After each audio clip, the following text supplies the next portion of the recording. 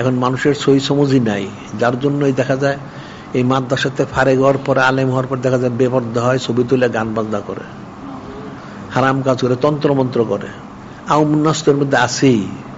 এরা দিন ইসলাম বুঝবে কোত্থেকে?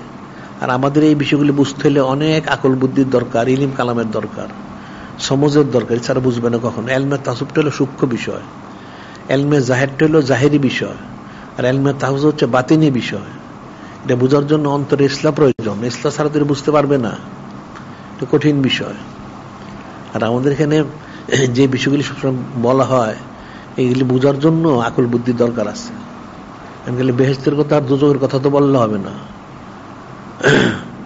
বেহেশতে যাবে কি করে, সে দোজখতে বাঁচবে কি করে, সেই বিষয়গুলি তো বলা হচ্ছে।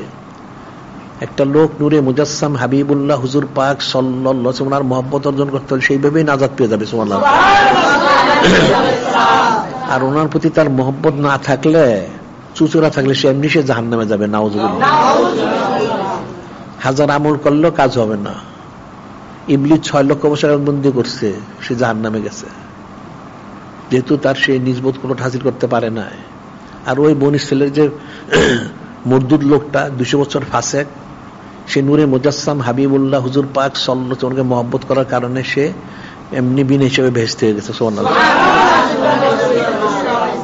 কাজে এখন আমলগুলি করতে হবে, নামাজ রোজা সব করতে হবে, কিন্তু এই নামাজ রোজার কবুল করার জন্য ইখলাস অর্জন করতে হবে। ইখলাস অর্জন করার জন্য বায়াত গ্রহণ করতে হবে, সবক নিতে হবে, জিকির ফিকির করতে হবে, সুবহাত ইখতিয়ার করতে হবে, করে ফয়েজ হাসিল করতে হবে। ফয়েজ হাসিল করলে আস্তে তার ইখলাস অর্জন হবে, ইখলাস অর্জন হলে তার সমস্ত গুণগুলি কবুল হবে, এছাড়া কোনোদিন কবুল হবে না। এই জিনিসটা বুঝতে হবে। না বুঝলে, না বুঝার কারণে মানুষ নানান রকম সুচেরা কিলোকাল করে।